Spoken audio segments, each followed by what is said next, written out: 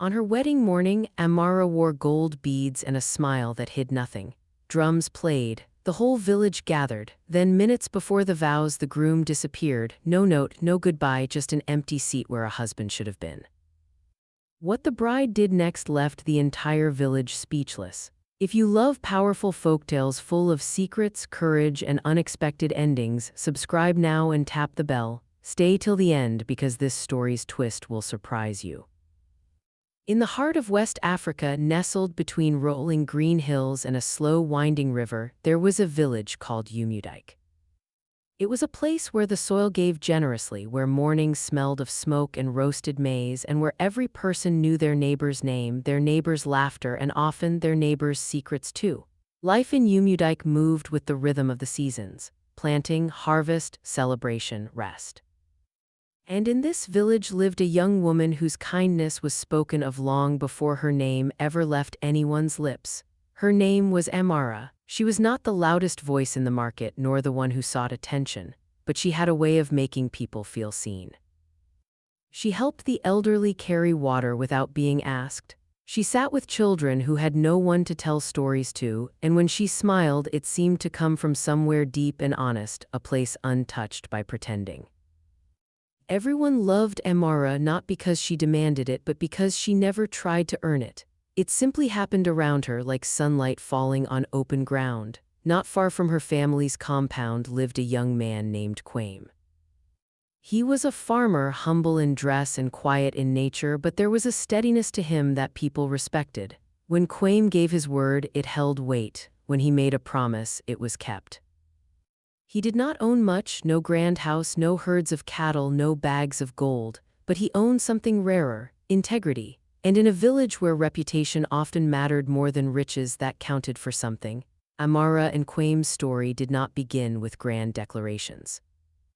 It began quietly, the way real love often does, at the river where the village women washed clothes and the young men brought cattle to drink. Amara would go there in the early mornings, and more often than not, Kwame would already be there, tending to his family's goats. They would talk about small things at first: the weather, the harvest, then slowly about bigger things: dreams, fears, what kind of life they hoped to build one day. Over time, that quiet friendship grew into something neither of them could deny. Kwame found himself thinking of Amara long after their conversations ended. Amara found herself smiling at nothing in particular, simply because she remembered something he had said. It was the kind of love that did not announce itself with noise, but with presence, with small acts. With showing up again and again, until showing up became a habit neither of them wanted to break. But not everyone in Umudike was pleased by this growing bond. Amara's father, Chief Abana, was a respected leader, a man who carried the weight of tradition on his shoulders like a second skin. He loved his daughter fiercely, but his love was tangled with expectation. He believed that a woman as remarkable as Amara deserved a husband of status, a man who could offer land, cattle, and comfort. Kwame, in his eyes, was a good man but a poor one, and in Chief Abana's mind, goodness alone did not build a secure future. When Kwame gathered the courage to approach Chief Abana and ask for Amara's hand in marriage, the room fell into a heavy silence. Chief Abana studied him for a long moment, the kind of look that measured a man's worth in ways words could not capture. He did not immediately refuse, but he did not immediately accept either. It was Amara, standing quietly beside her father, who spoke. She told him that she had already chosen, that her heart was not something to be traded for wealth.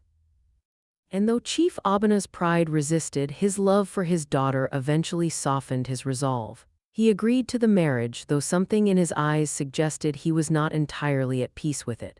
News of the engagement spread through Umudike like wind through tall grass. Most people rejoiced, for they had watched Amara and Kwame's affection grow with quiet admiration. But there was one man for whom the news landed like a stone in still water. His name was Kofi, a wealthy trader who had long admired Amara from a distance, waiting for the right moment to make his intentions known. He had assumed that his wealth alone would eventually win her father's favor, and through that, perhaps her heart as well. When he learned that Kwame, a mere farmer, had been chosen instead, something bitter took root inside him. Kofi was careful not to show his jealousy openly. He smiled at the engagement celebrations. He offered polite congratulations, but behind that composed exterior, resentment simmered quietly, waiting for an opportunity. A few days before the wedding, he found Kwame alone near the edge of the farmland and spoke to him in a tone that carried more warning than friendliness. He suggested, without ever fully saying it, that Kwame should reconsider the marriage. That some things were not meant for men like him. Kwame said nothing in response, but the words lodged themselves in his mind like a splinter beneath skin, small but impossible to ignore. As the wedding day approached, Umudike buzzed with preparation. Women gathered to cook large pots of stew, the smell of spices drifting through every corner of the village. Musicians rehearsed songs meant to celebrate the union. Amara's closest friend, a warm and sharp-tongued young woman named Nia, spent hours by her side, braiding her hair and speaking of the life ahead of her. Nia had known Amara since childhood, and there was no one Amara trusted more completely. But while the village prepared with joy, Kwame's spirit grew heavier with each passing day. He tried to hide it, forcing smiles when people congratulated him, laughing when laughter was expected. But those who looked closely noticed the distance in his eyes, the way his thoughts seemed to wander somewhere far from the celebrations around him.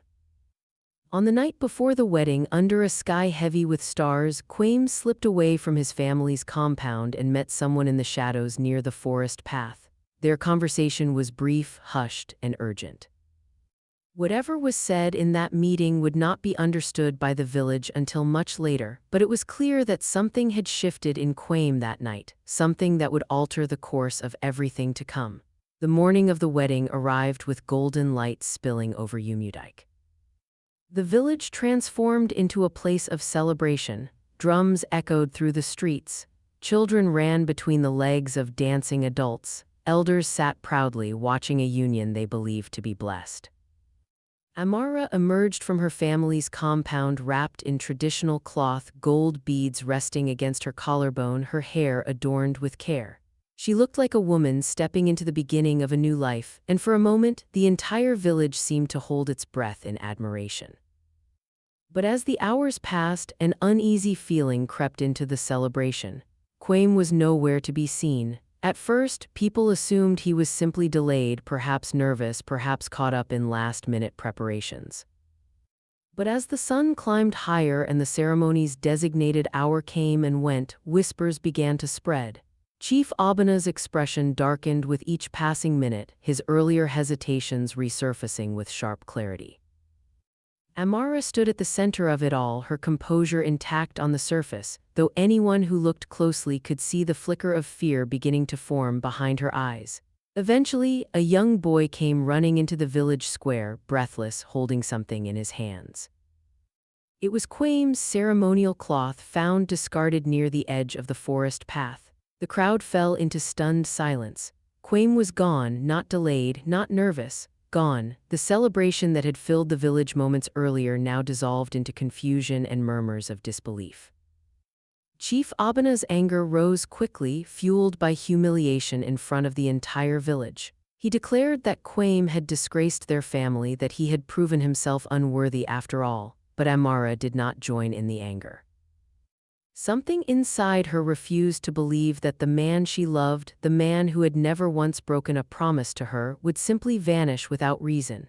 She remained still amid the chaos, her mind searching for answers no one else seemed to be asking for. In the days that followed, the village organized search parties. Men combed through the nearby forest and surrounding farmland, calling Kwame's name into the trees, finding no trace of him. Rumors multiplied with alarming speed. Some said he fled out of fear of responsibility. Others whispered that he had simply changed his mind and could not face Amara with the truth. But Nia, ever loyal and ever sharp, refused to accept these explanations. She had seen the way Kwame looked at Amara. She knew love when she witnessed it, and what she had witnessed was not the look of a man preparing to abandon someone. Nia began asking quiet questions around the village, listening carefully to conversations others dismissed as unimportant.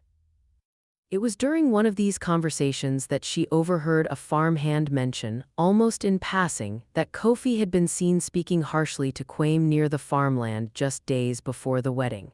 The mention was brief, but it was enough to plant suspicion in Nia's mind.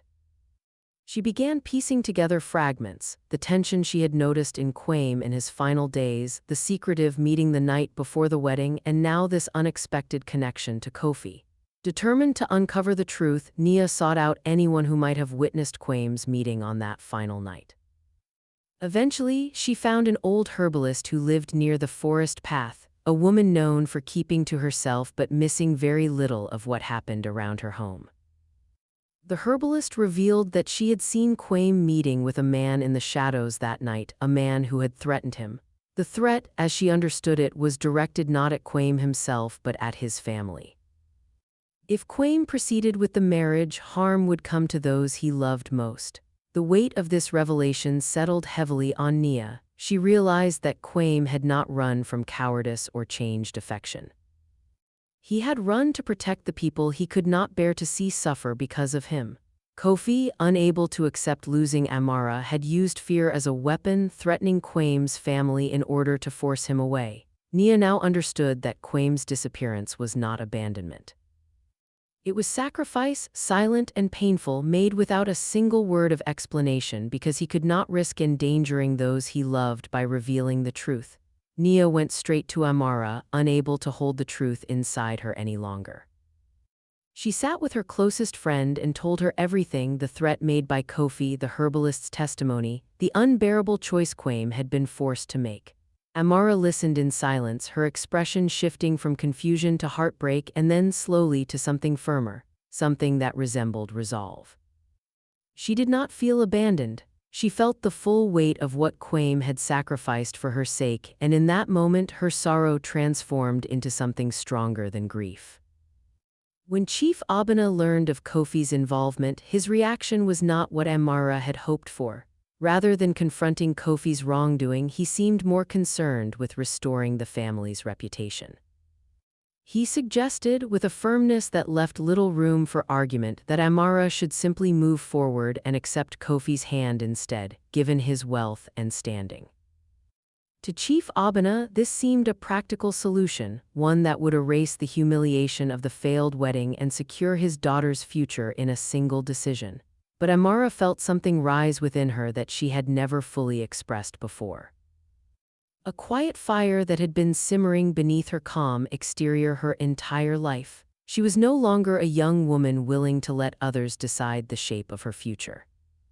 She understood the truth now, and she refused to let a lie stand unchallenged, especially one that had cost her the man she loved. The following morning, as villagers gathered once again in the square, this time to discuss the aftermath of the failed wedding, Amara stepped forward before anyone could speak on her behalf. Her voice, though calm, carried clearly across the gathered crowd. She spoke of the threats made against Kwame's family, the fear he had carried alone, and the truth that had been hidden beneath rumors and assumptions. She named Kofi directly, laying out what Nia and the herbalist had uncovered, refusing to let shame silence her the way it had silenced Kwame. The village fell into stunned murmurs. Kofi, standing among the crowd, felt every eye shift toward him, his earlier composure crumbling into visible unease. He attempted to deny the accusations, but the herbalist herself stepped forward, confirming what she had witnessed with her own eyes. The weight of truth, once spoken aloud, could not be undone.